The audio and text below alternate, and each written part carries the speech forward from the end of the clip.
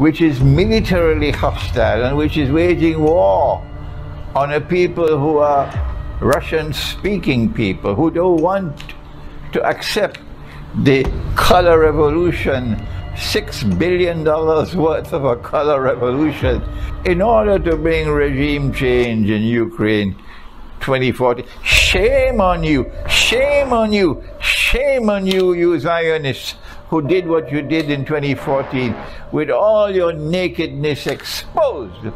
These people have been suffering in Donbass. Why?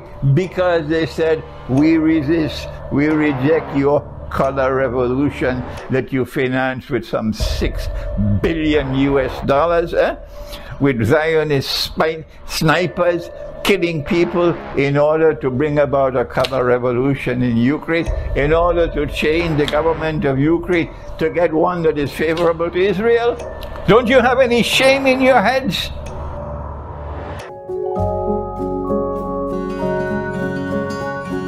Assalamualaikum sahabat, bagaimana keadaan kalian hari ini? Kami doakan semoga sehat selalu.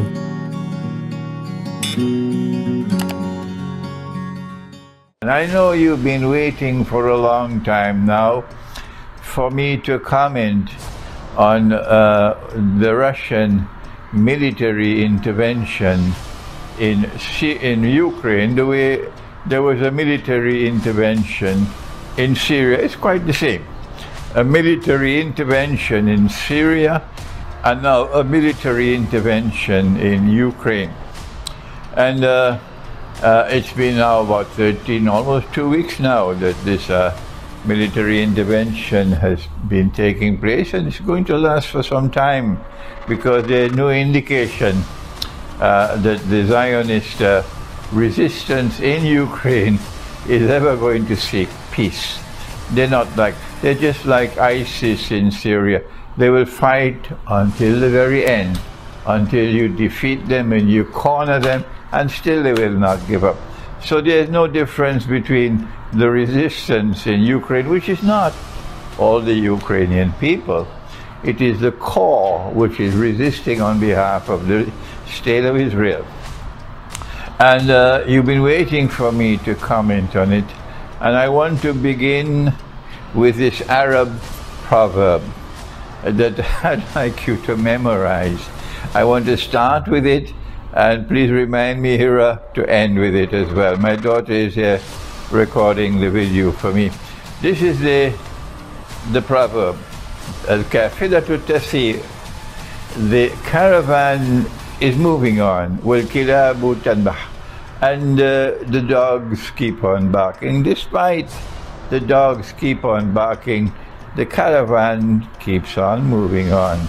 This caravan led by Orthodox, not with your useless economic and monetary sanctions. That's foolishness. Economic and monetary sanctions are not only sinful, disapproved of by the Lord God, but eventually you will cut your nose to spite your face.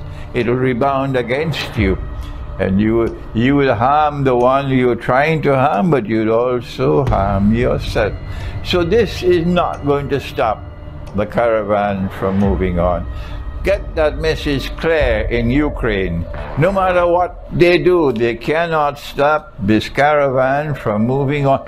All the criticism that you levy against Russia, do what you want, you cannot stop this caravan from moving on. What is important now, however, is that while Russia declared again and again and again and again, we have no intention of invading Ukraine. We have no intention. We have the freedom to move our troops within our territory as we wish. However, Russia said, we have a red line, don't cross that red line. And Russia warned again and again, don't cross the red line. Our red line is that Ukraine must not become a member of NATO, because security is something that is universal. Your security and my security are all interconnected. There's mutuality in security. There's no isolation in security.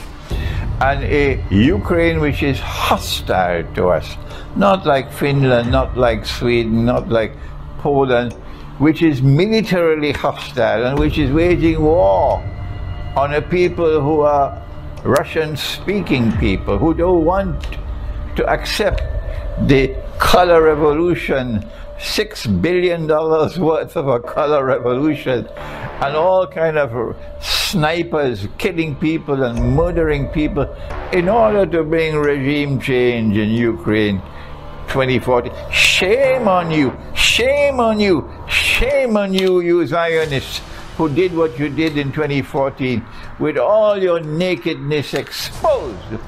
And these people said, we don't want to be a part of that.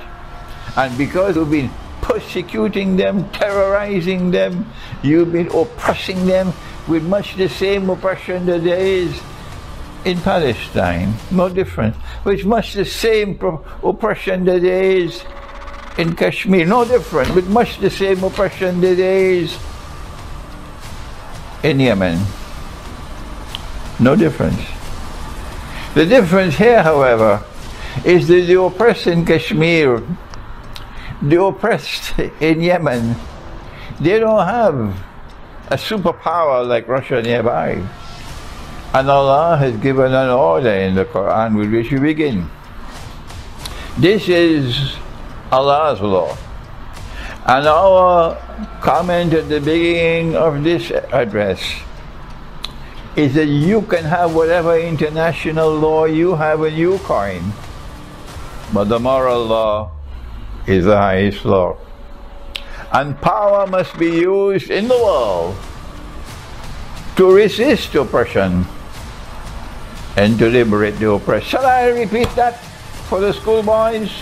This is Allah's word. This is the Quran.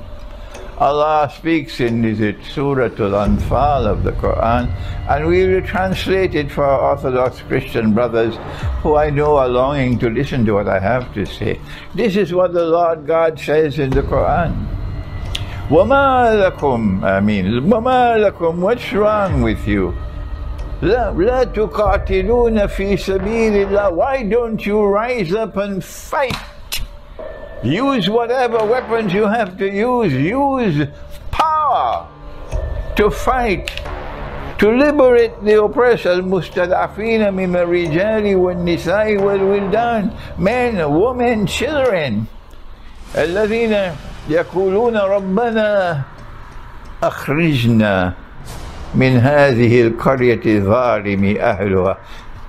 Liberate us, O Allah. Take us out of this place of oppression with wicked people. This is what Donbass was for 7 long years. And now you're crying crocodile tears? Huh? Don't you have any memory in your head? For 7 years or more, these people have been suffering in Donbass. Why? Because they said, we resist, we reject your color revolution that you finance with some $6 billion with Zionist snipers killing people in order to bring about a color revolution in Ukraine, in order to change the government of Ukraine to get one that is favorable to Israel. Don't you have any shame in your heads? Because these people resisted that, and they had the right to resist it. These people don't want to wage war on Russia. They are Russian speaking. And these people for 7 years they were suffering. And Russia showed incredible patience for 7 years. Russia has the power to do something about it. We don't have the power to liberate Kashmir at this time. We don't have the power to liberate Palestine at this time. We don't have the power to liberate Yemen at this time, but we will have the power tomorrow. But today Russia has the power, and Russia has been warning and warning and warning and warning, don't cross the red line. And when they did cross the red line, Russia has intervened, and praise be to Allah that Russia is acting on the basis of this verse of the Quran, whether you like it or don't. This is Allah's command in the Quran. Masih banyak topik yang akan kita bahas. Silakan subscribe channel kami agar kita bisa lebih dekat dan bersama membahas berbagai topik menarik lainnya. Like bila Anda suka dan unlike saja bila Anda tidak suka dengan video seperti ini. Terima kasih telah menonton dan sampai jumpa. Many stories all around the world. Once upon a time, people told stories because they didn't have books or DVDs, no computers and no TVs. So the stories got around by word of mouth. From the east to the west, from the north to the south, from Constantinople to Zanzibar, folks told tales as they traveled afar. The Himalayas, Hawaii, Haiti, Hong Kong, the world's too